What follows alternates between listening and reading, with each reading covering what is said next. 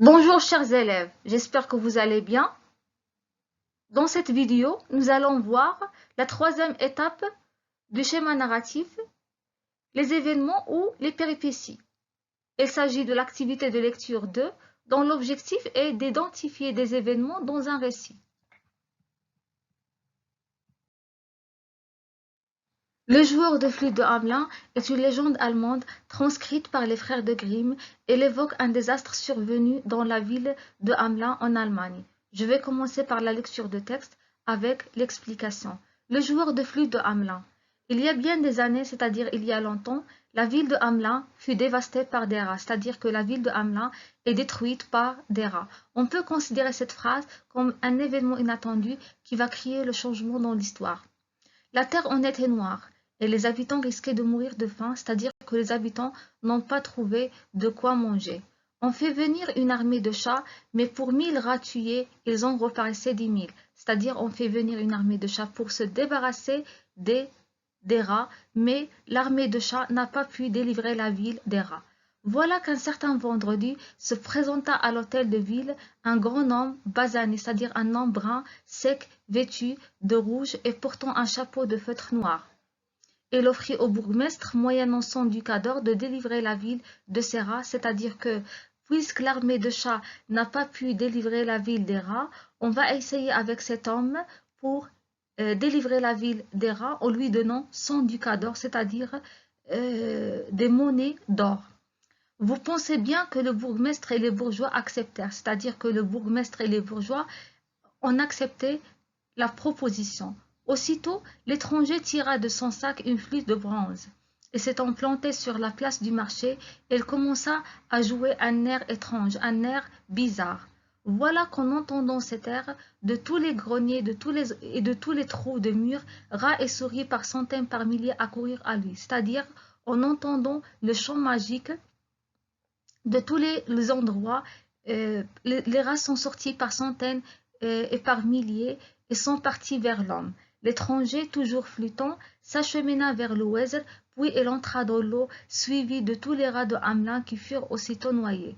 C'est-à-dire que l'étranger, par le biais du chant magique, a conduit les rats de Hamelin vers l'eau pour les faire noyer. Je continue la lecture, mais quand il va à l'hôtel de ville pour toucher sa récompense, c'est-à-dire après avoir libéré la ville des rats, le jeune homme est venu à l'hôtel de ville pour toucher sa récompense, c'est-à-dire pour toucher la somme de l'argent. Le bourgmestre, c'est-à-dire le maître de la ville, et les bourgeois réfléchirent qu'ils n'avaient plus rien à craindre des rats et l'offrirent à l'étranger 10 ducats au lieu des 100 qu'il avait promis. C'est-à-dire que le bourgmestre, le maire de la ville et les bourgeois ont réfléchi, puisque les rats sont disparus, ce n'est pas la peine de donner au jeune homme 100 ducats d'or. Et ils se sont dit, au lieu de lui donner 100 ducats d'or, ils lui ont donné seulement 10 ducats d'or. L'étranger réclama et menaça de se faire payer plus cher, c'est-à-dire il a menacé de se venger. Les bourgeois firent de grands éclats de rire à cette menace et le mirent à la porte de l'hôtel de ville, l'appelant beau preneur de rats, injure que répétèrent les enfants de la ville en le suivant par les rues. C'est-à-dire que les bourgeois se sont moqués de la menace du jeune homme en l'appelant beau preneur de rats, injure ou insulte répétée par les enfants de la ville. Le vendredi suivant, à l'heure de midi, l'étranger reparut sur la place du marché, mais cette fois avec un chapeau de couleur pourpre et de forme bizarre, c'est-à-dire avec une apparence extérieure différente. Il tira de son sac une flûte bien différente de la première. Dès qu'il commençait d'en jouer, tous les garçons de la ville, depuis 6 jusqu'à 15 ans, le suivirent et sortirent de la ville avec lui. C'est-à-dire que les garçons de la ville sont sortis et ont suivi le jeune homme en entendant le chant magique de la flûte. Le joueur de flûte entra dans une caverne profonde et sombre et tous les enfants avec lui. On entendit quelque temps le son de la flûte, il diminua peu à peu, enfin l'on n'entendait plus rien, les enfants avaient disparu et depuis lors on n'en eut jamais de nouvelles. C'est-à-dire que le jeune homme ou l'étranger a conduit les enfants de la ville vers une caverne profonde et sombre pour se venger des habitants de la ville et des bourgeois. Avant de commencer, j'aimerais bien faire un rappel sur le schéma narratif et la structure du schéma narratif. Le schéma narratif est la structure d'un récit. Il est constitué de 5 étapes. La situation initiale, c'est le début de l'histoire. Il nous donne des informations sur le lieu, le temps et les personnages. L'élément perturbateur est l'élément déclencheur qui va créer le changement dans l'histoire. Les événements, ce sont les actions accomplies par le personnage principal. La solution, c'est la clé du récit qui met fin aux actions. Et finalement, la situation finale, c'est la fin de l'histoire. Il peut être bonne ou mauvaise. Pour comprendre le texte, on va répondre aux questions suivantes. La première question, que représente l'image? L'image présente un joueur de flûte, des souris et des rats. Question numéro 2, quelle est la source du texte? La source du texte est, d'après Prosper Mérimée, Chronique du règne de Charles IX. Question numéro 3, relève les personnages du texte.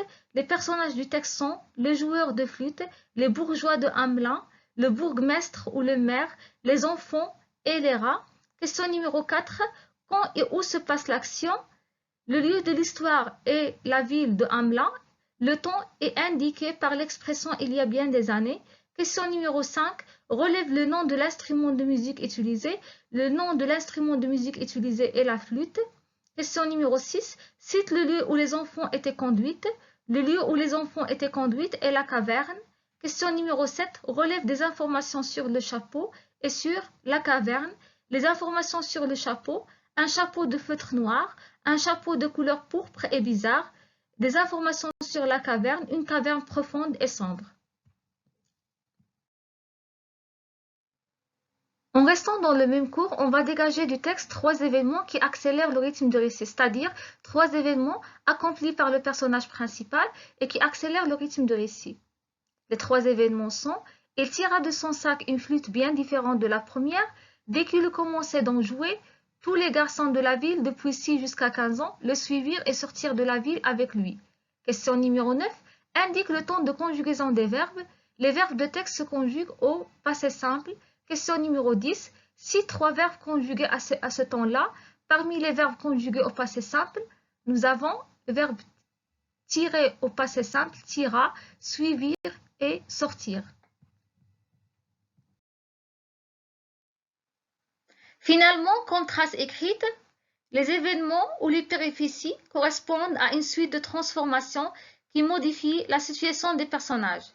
Ils présentent ce que pensent, disent ou font les personnages principaux. Voici un tableau récapitulatif. Le personnage principal, c'est le joueur de flûte. Le lieu, la ville de Hamelin. Le temps, il est indiqué par l'expression « il y a bien des années ». L'événement inattendu, la ville est attaquée par les rats. Type de verbe utilisé, verbe d'action. Le temps dominant, c'est le passé simple. Les événements, il tira de son sac une flûte bien différente de la première et lui commençait d'en jouer. Tous les garçons de la ville, depuis 6 jusqu'à 15 ans, le suivirent et sortirent de la ville avec lui. Merci pour votre attention et je vous souhaite bonne chance.